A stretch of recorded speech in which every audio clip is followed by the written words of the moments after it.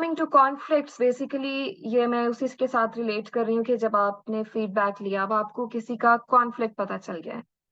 आपको एम्प्लॉय का एम्प्लॉयर के साथ, मैम टीम मेंबर का लीडर के साथ कॉन्फ्लिक्ट पता चल रहा है, या आपस में लोगों का, टीम मेंबर्स का एक दूसरे के साथ कॉन्फ्लिक्ट।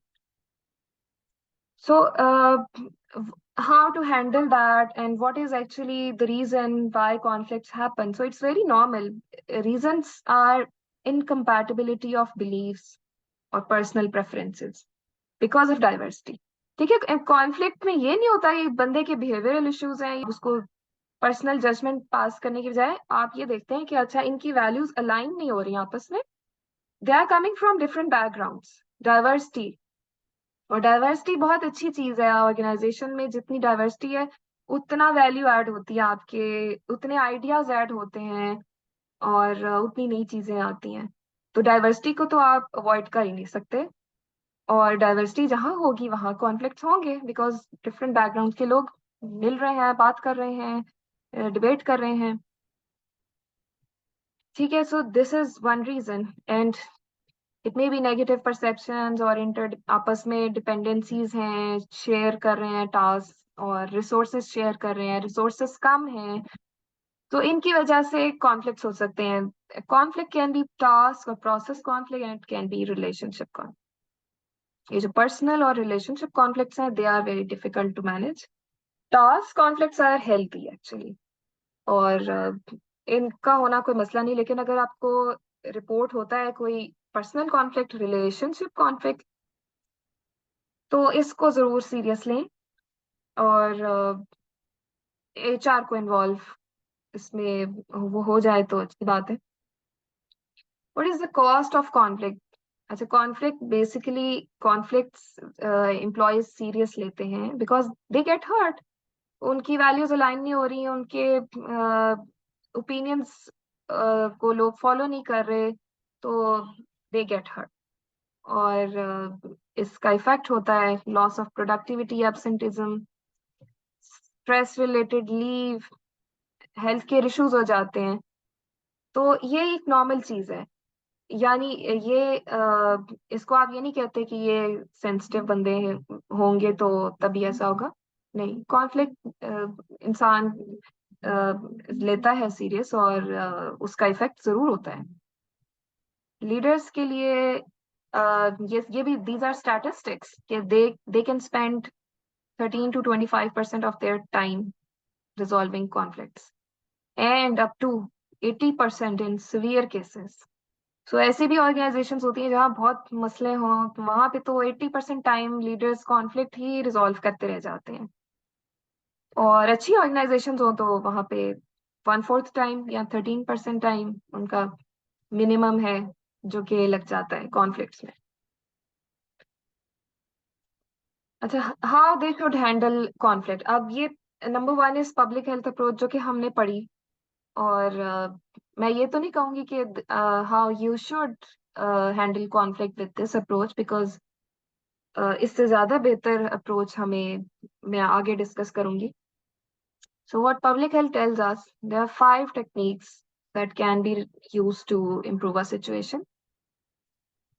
Forcing or competing, जो कि आप क्राइसिस की सिचुएशंस में करते हैं यूज, और ये ज्यादा ये विन लूज सिचुएशन है जिसमें आप लोगों पे फोर्स कर देते हैं एक चीज को। जैसे आपने उनकी पे कट्स अब करनी है, आपने करनी है, आप अब उनको फोर्सिंग कर रहे हैं, ठीक है। Then collaborating style, here you find agreeable solution to both parties, win-win situation। ये आपके पास टाइम हो कोई क्रिएटिव सॉल्यूशन निकालने का तो फिर आप करते हैं, क्राइसिस में नहीं करते। देन इज कॉम्प्रोमाइजिंग स्टाइल, जैसे बिजनेस निगोशिएशंस होती हैं, दोनों पार्टीज चाह भी रही होती हैं कि हम करें कॉन्ट्रैक्ट, तो दे मे लूज समथिंग, और फिर वो कॉम्प्रोमाइज करके किसी एक सॉल्यूशन पे आती हैं। Then there is avoiding solution, avoiding style, जो कि मैंने देखा है कि अक्सर हो रही होती हैं। लोग अवॉइड करते हैं कॉन्फ्लिक्ट को इग्नोर कर देते हैं कि खुद ही ठीक हो जाएंगे, खुद ही ठंडा पड़ जाएगा मामला, छोड़ो। और लास्ट इज अकोमोडेटिंग स्टाइल।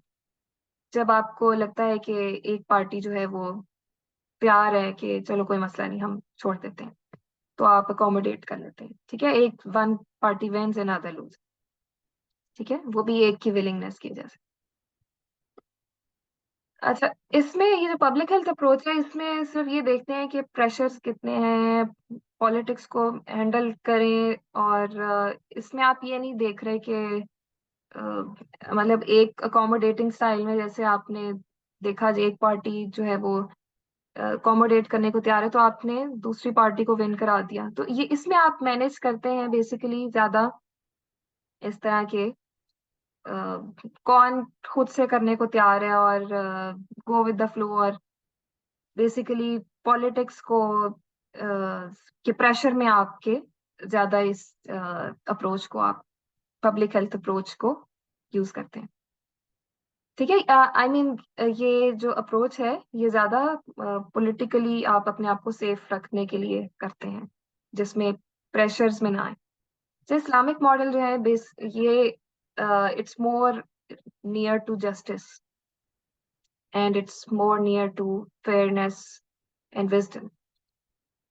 इस्लाम में आप ये देखते हैं कि दोनों को कन्विंस करते हैं कि आप फेयर हों, और उनकी आपस में निगोसिएशन कराते हुए आप खुद इंटरवीन करते हैं। ठीक है, अब ये कुछ मॉडल्स लिखे हुए हैं, ताकीम, आर्बिट्रेशन, एक थर्ड पार्टी आप मीडिएटर आप इंगेज करते हैं, और उसके कुछ स्पेसिफिक एट्रीब्यूट्स होते हैं। ठीक है, वो उसमें ये चीजें, ये क्वालिटीज होनी चाहिए, फिर आप उसको एज आर्बिट्रेटर चूज करते हैं, और वो मीडिएट कराता है कॉन्फ्लिक्ट।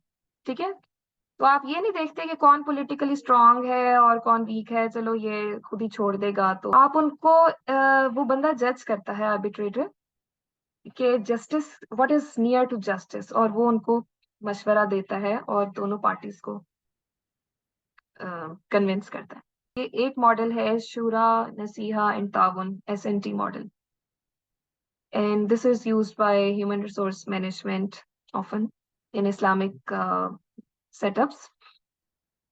इसमें ये होता है कि आप एक शुरा काउंसिल एक बनाते हैं, इस्टेब्लिश करते हैं, और उसमें भी ये क्वालिटीज होनी चाहिए, और फिर वो काउंसिल के लोग उसमें आप ये इन क्वालिटीज की बेस पे आप डालते हैं। ठीक है, वो शुरा का ये काम है, उस काउंसिल का ये काम है कि वो एडवाइस भी करती है, वो कॉपरेशन पे कन्विंस करती है, दोनों पार्टीज को की निगोशिएशन को खुद देखती है, और विद देयर इंटरवेंशन। ठीक है, वो खुद इंटरवीन कर रहे होते हैं साथ। और इसका ये, इसमें ये कि काउंसिल में ज्यादा लोग होते हैं, तो अब इसके बारे में भी ये एक हदीस है कि जब आप मशवरा करते हैं तो यू आर गाइडेड। और ये लीडर्स के लिए, बल्कि ये दिस हदीस is very I think important, कि लीडर्स आमतौर पे, ये काउंसिल के अलावा भी लीडर जो वैसे जब कोई बना रहे होते हैं, कोई प्लान बना रहे होते हैं, अगर आप कोई चीज मशवरे से करें तो उसमें you are, according to Islam, you are guided, and regret से आप बच सकते हैं। अच्छा, ये भी कुछ चीजें हैं जो कि इट्स फ्रॉम कुरान। अब इस्लामिक मॉडल पे चलना कितना जरूरी है जब आपको कॉन्फ्लिक्ट रिपोर्ट होता है। अब ये भी कुरान में आप अगर पढ़ें तो आपको आइडिया होता है कि ये जो इस्लामिक वैल्यूज हैं, ये जस्टिस की, दे आर वेरी इंपॉर्टेंट। और ये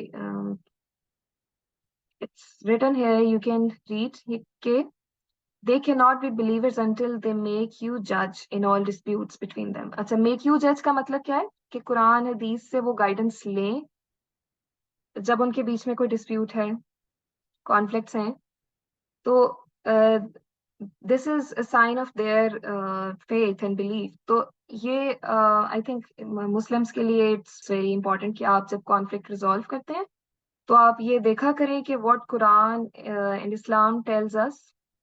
सिर्फ ये ना देखा करें कि कौन बंदा कितना स्ट्रांग है और उसको हम विन करा दें, और जो बेचारा वीक है, जो कॉम्प्रोमाइज करने को तैयार है अपनी जान बचाने के लिए, उसको हम कहें चलो ठीक है ये लूज कर रहे हैं तो ठीक है।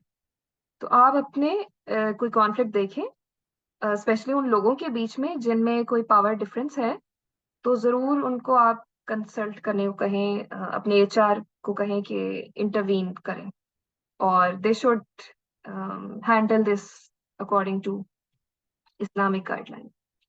अच्छा, ये भी HRM, ह्यूमन रिसोर्स मैनेजमेंट का ही पब्लिश्ड मॉडल है कि बेसिकली इस्लामिक कॉन्फ्लिक्ट मैनेजमेंट के बहुत सारे ये पब्लिश हुए हुए हैं, तो उन्होंने फिर इसको कंबाइन करके ये एक मॉडल बनाया, Islamic model of conflict management. इसमें क्या ये बताते हैं कि आपकी ऑर्गेनाइजेशन का कल्चर ऐसा होना चाहिए जो कि प्रोएक्टिवली एनकरेज करे ताउन, सब्र, ताकि मतलब ब्रदरहुड। और जब कॉन्फ्लिक्ट हो तो आप उनको कन्विंस करते हैं स्टेक होल्डर, उन दोनों पार्टीज को, कि वो फॉलो करें, सुलह करें, बताएं कि आप हुस्न ज़न आपस में रखें और सुलह की तरफ जाएं। और ये वर्ड जो वर्ड है ताबुत, इसका मतलब है कि वेरीफाई करें। You have to verify from both parties, and नसीहा, you have to give advice